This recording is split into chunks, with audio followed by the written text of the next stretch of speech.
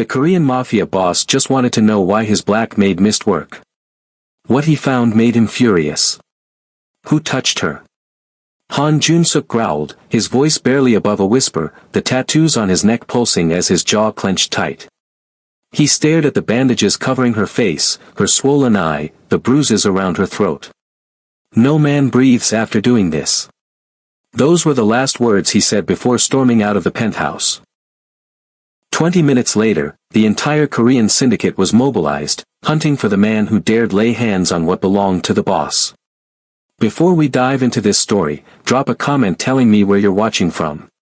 This one is going to shake you. Smash that subscribe button because you do not want to miss what happens next.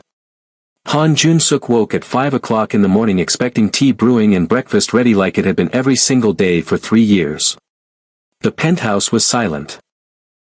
No Zaraya moving quietly through the kitchen with her efficient, invisible presence.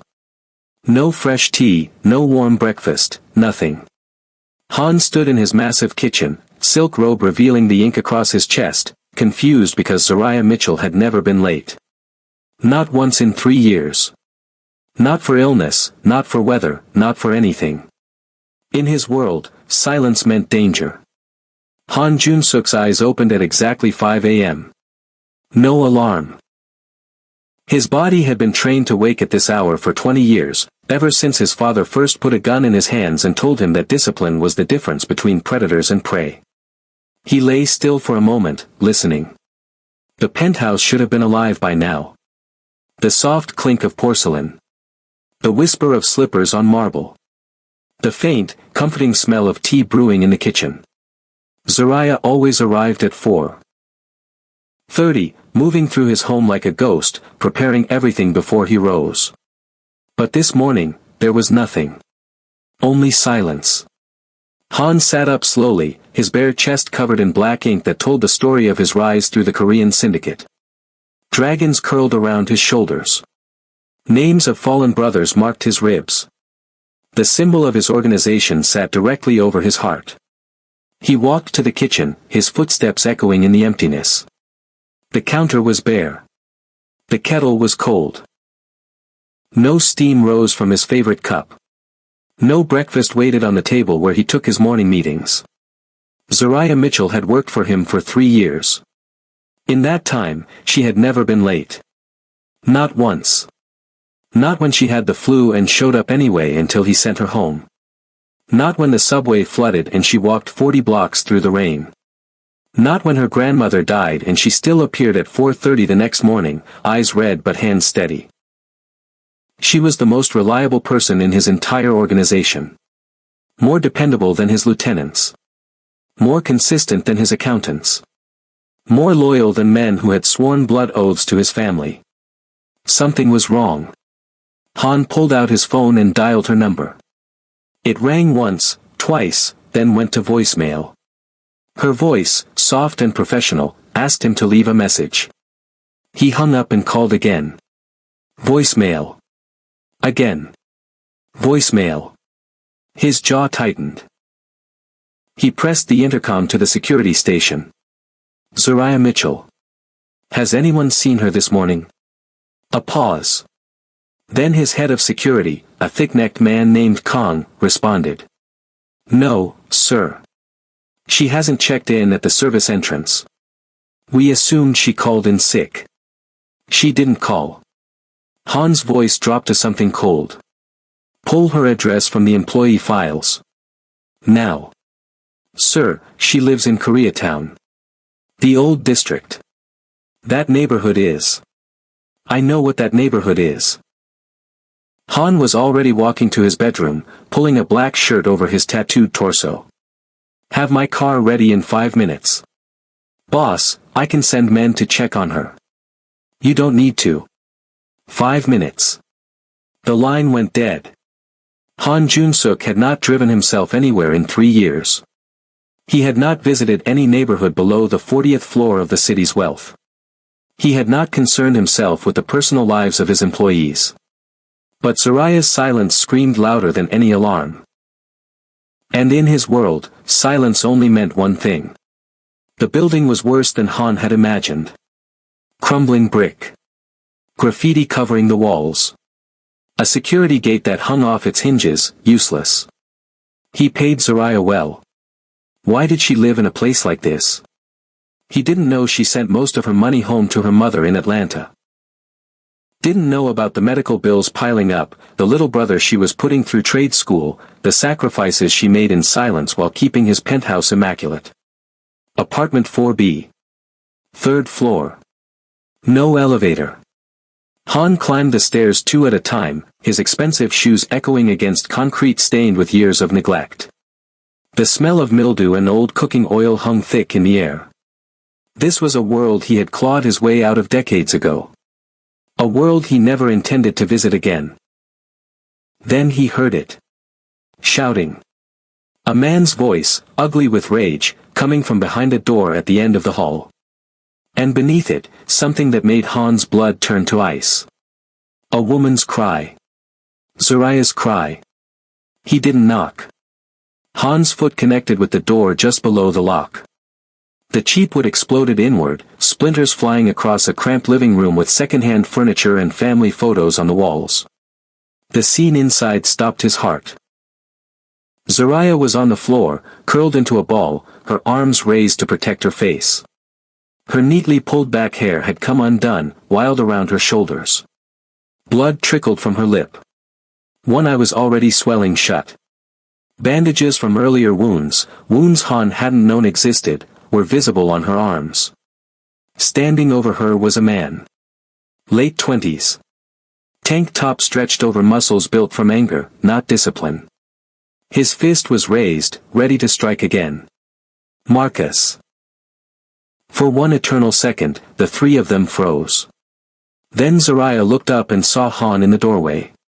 Her eyes, those steady, calm eyes that had greeted him every morning for 3 years, were filled with something he had never seen before. Terror. Not of Marcus. Of Han seeing her like this. Broken. Vulnerable. Human. That look shattered something inside Han Jun-suk that he didn't know still existed. Marcus's reaction was faster than his intelligence. He saw the tattoos crawling up Han's neck. Saw the cold murder in those dark eyes. Saw death standing in the doorway wearing a black shirt and designer shoes. He bolted. Marcus scrambled across the room and threw himself through the window onto the fire escape. The sound of his footsteps clanging down metal stairs faded into the morning. Han let him go. Not because he was merciful. Because right now, only one thing mattered. He crossed the room and dropped to his knees beside Zariah.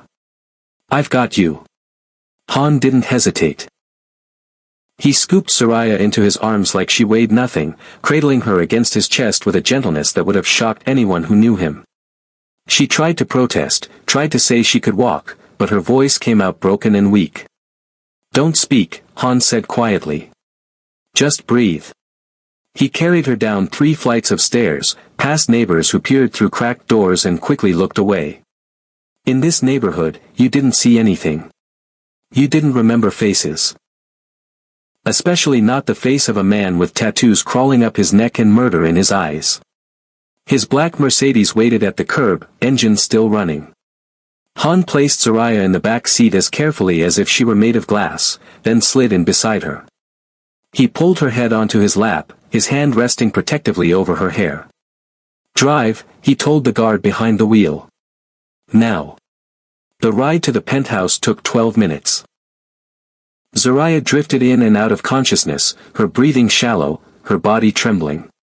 Han watched her face, the split lip, the swollen eye, the bruises forming like storm clouds across her dark skin. Each mark was a debt. Each wound was a promise. Marcus would pay for all of it. The private surgeon was waiting when they arrived.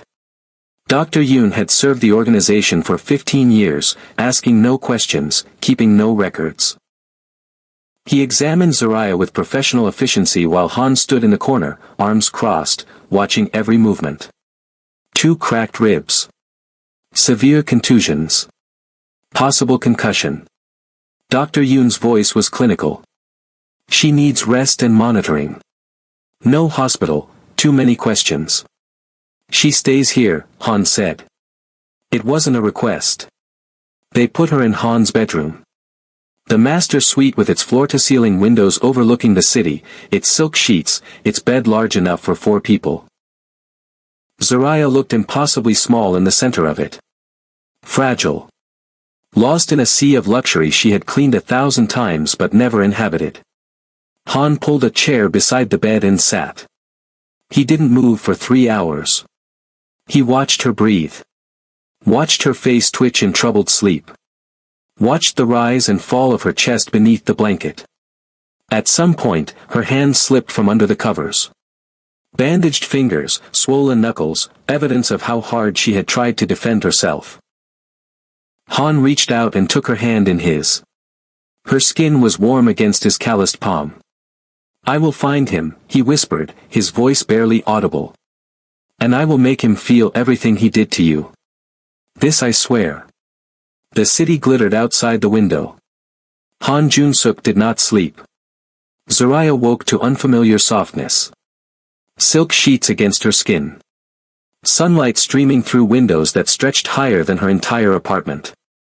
For one disoriented moment, she thought she was dreaming. Then the pain hit.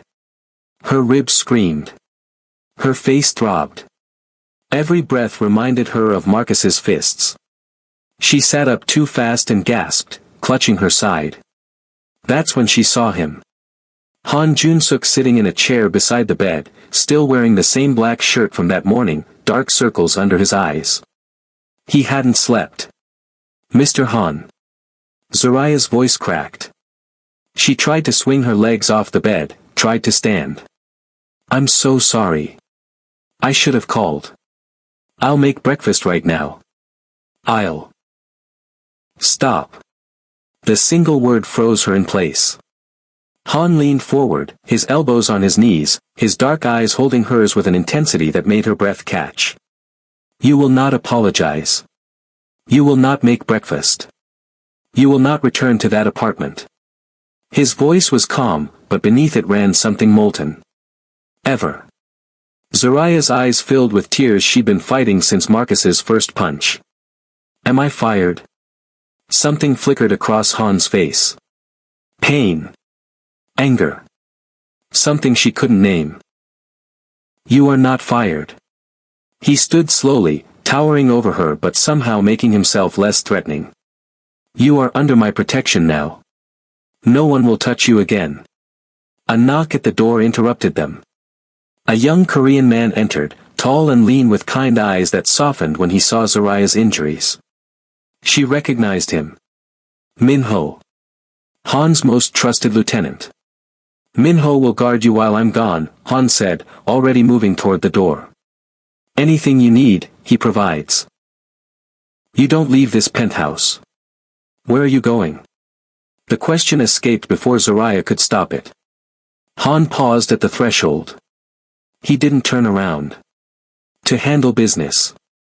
Then he was gone. 30 minutes later, Han descended into the basement of a restaurant in Koreatown that hadn't served food in 15 years. The room was filled with men who operated in shadows, informants, enforcers, hunters who found people who didn't want to be found. Han stood before them, his presence commanding instant silence. Marcus Thompson. Late 20s. Last seen fleeing an apartment building on 7th Street this morning. Han's voice was ice-wrapped in velvet. "He beat a woman under my protection. I want him found." One of the hunters shifted. "Dead or alive, boss?" Han's jaw tightened. His hands curled into fists at his sides, tattoos flexing across his knuckles.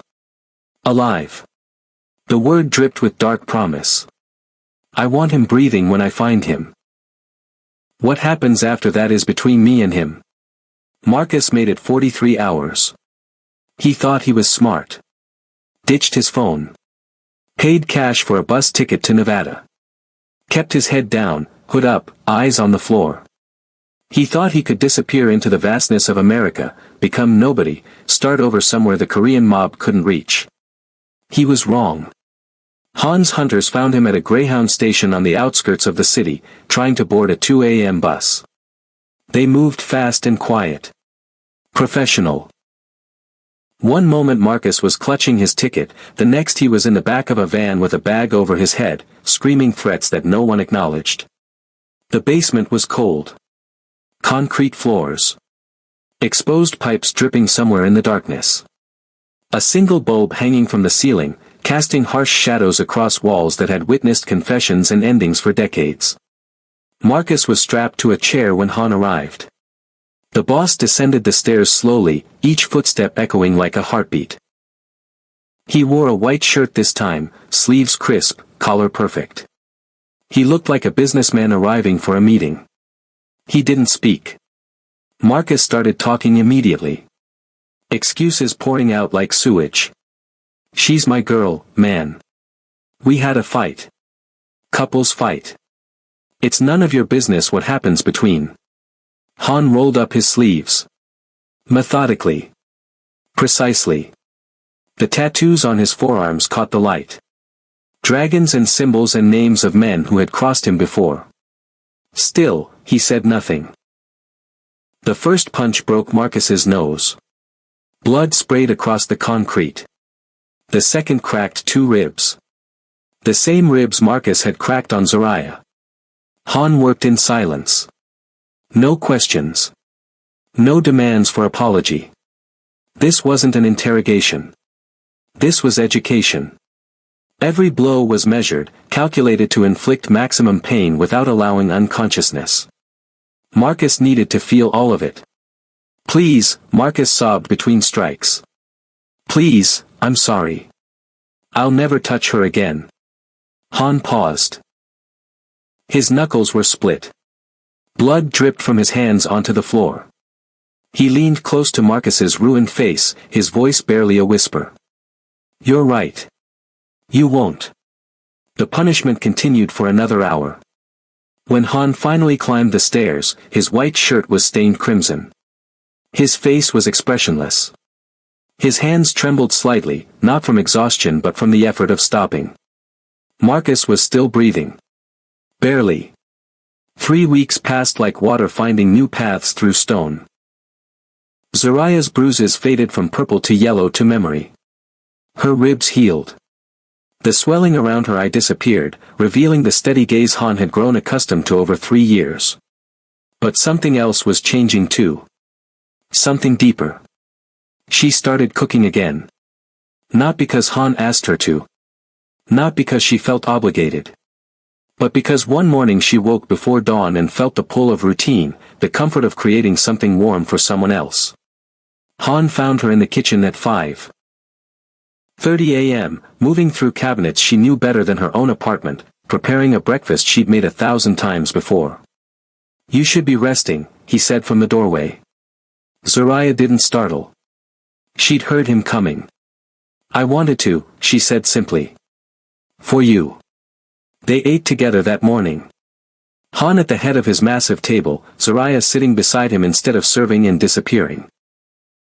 She told him about her mother in Atlanta, about her brother's dreams of becoming an electrician, about why she sent every spare dollar home and lived in a place she could barely afford. Han listened. Really listened. And something inside his chest that had been frozen for decades began to thaw. This became their ritual. Morning meals shared in comfortable silence or quiet conversation. Han discovered that Zariah laughed easily when she wasn't afraid. That she hummed old gospel songs while she cooked. That she dreamed of owning a small restaurant someday. He also discovered jealousy.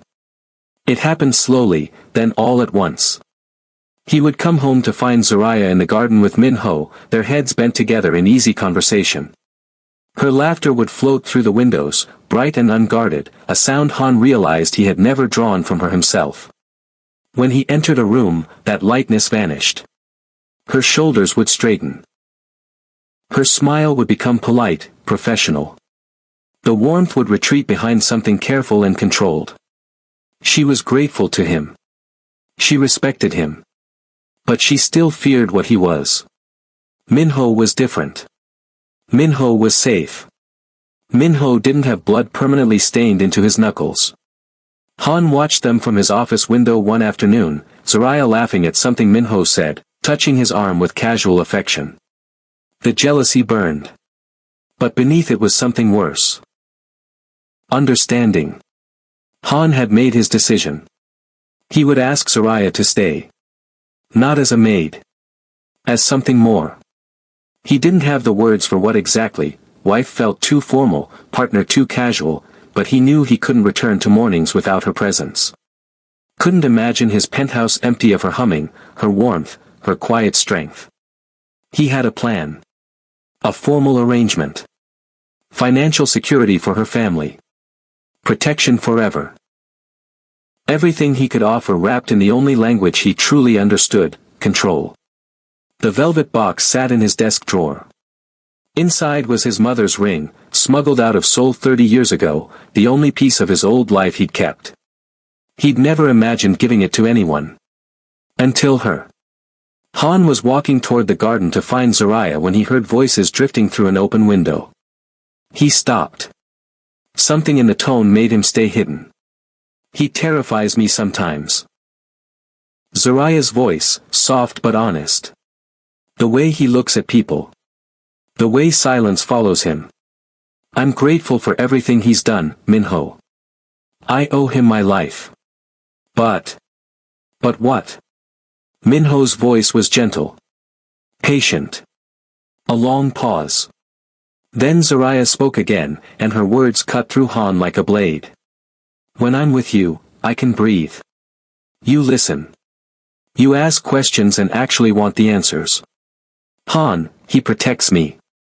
But I don't know if he sees me. Or if he just sees something that belongs to him now. Han's hand pressed flat against the wall. His chest tightened. With you, Zaraya continued, I feel like a person. With him, I feel like a possession he's decided to keep safe. There's a difference. Minho said something Han couldn't hear. Then Zaraya laughed, that light, unguarded laugh that never emerged when Han was present. He stepped back from the window. The velvet box suddenly felt impossibly heavy in his pocket. His mother's ring, meant for a woman who would never wear it. Not because she didn't care for him. But because his power wasn't shelter. It was a wall.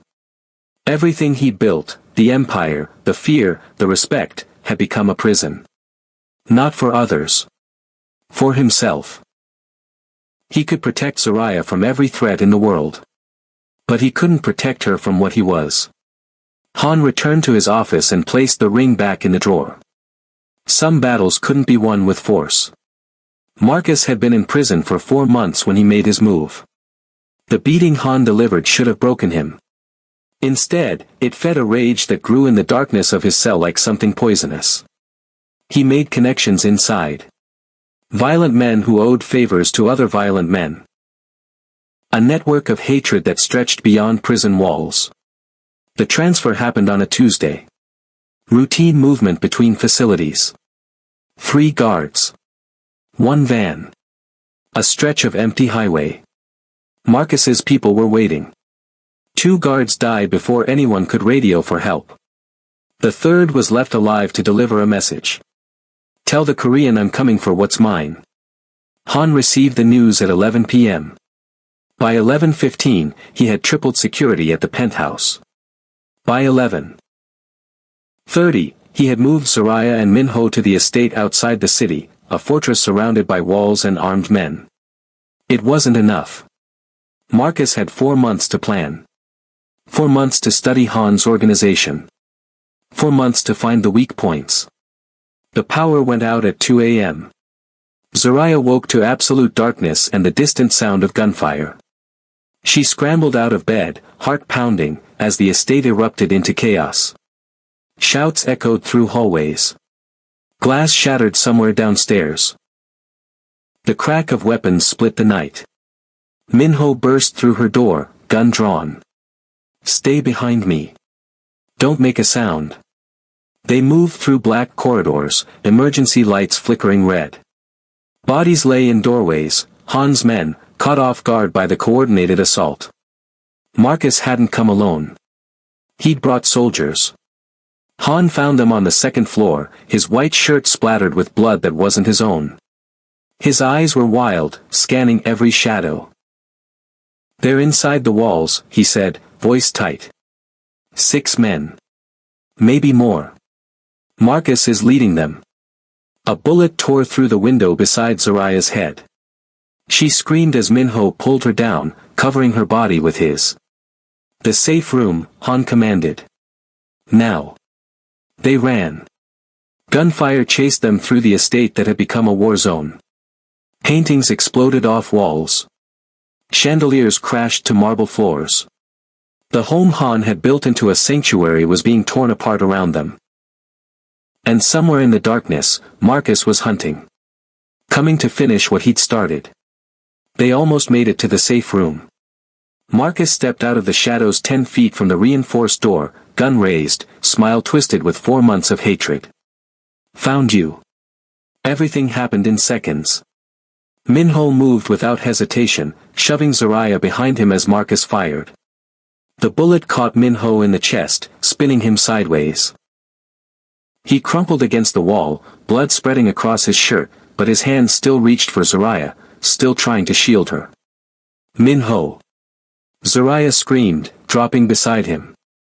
Marcus advanced, gun leveled at her head. "You think you can leave me? Think some Korean thug can take what's mine?" He never finished the sentence. Han came from the darkness like a demon unleashed. He hit Marcus low and hard, driving him into the wall with the force of every ounce of rage he'd been containing. The gun clattered away. Han's fists did the rest. He broke Marcus's right arm. Then his left. Then his kneecaps, one after the other, precise strikes that ensured the man would never walk properly again. Never raise his hand against anyone again. Marcus screamed. Begged. Sobbed. Han raised his fist for the killing blow. Han. Zariah's voice. Quiet. Steady. Even now. He turned. She was pressing her hands against Minho's wound, tears streaming down her face, but her eyes held his. "Don't," she whispered. "Don't become this for me." Han's fist trembled in the air. Every instinct screamed to finish it. To end the threat permanently. But her eyes. Those steady, brave eyes that had seen him as a monster and chosen to believe he could be more. He lowered his hand. Police sirens wailed in the distance. Han's men had called it in. Marcus would spend the rest of his broken life in a maximum security cell. Some fates were worse than death. 1 year later, Han stood in a sunlit nursery, holding a baby girl wrapped in soft pink blankets.